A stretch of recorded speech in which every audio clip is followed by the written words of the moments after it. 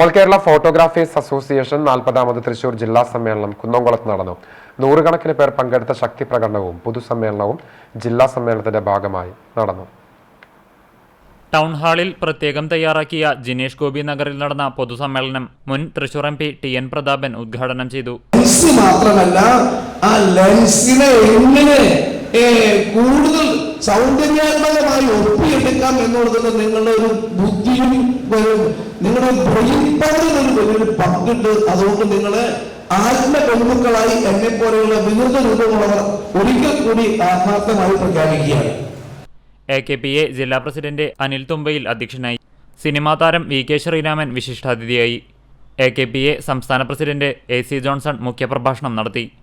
നഗരസഭാ അധ്യക്ഷ സീതാ രവീന്ദ്രൻ ഉന്നത വിദ്യാഭ്യാസ അവാർഡ് വിതരണം ചെയ്തു. സംസ്ഥാനതലത്തിൽ നടന്ന മത്സരങ്ങളുടെ വിജയികളെയും മറ്റ് വിവിധ മേഖലകളിൽ കഴിവു തെളിയിച്ചവരെയും AKPA സംസ്ഥാന ജനറൽ സെക്രട്ടറി ബിനോയ് കള്ളാട്ടുകുഴി ആദരിച്ചു.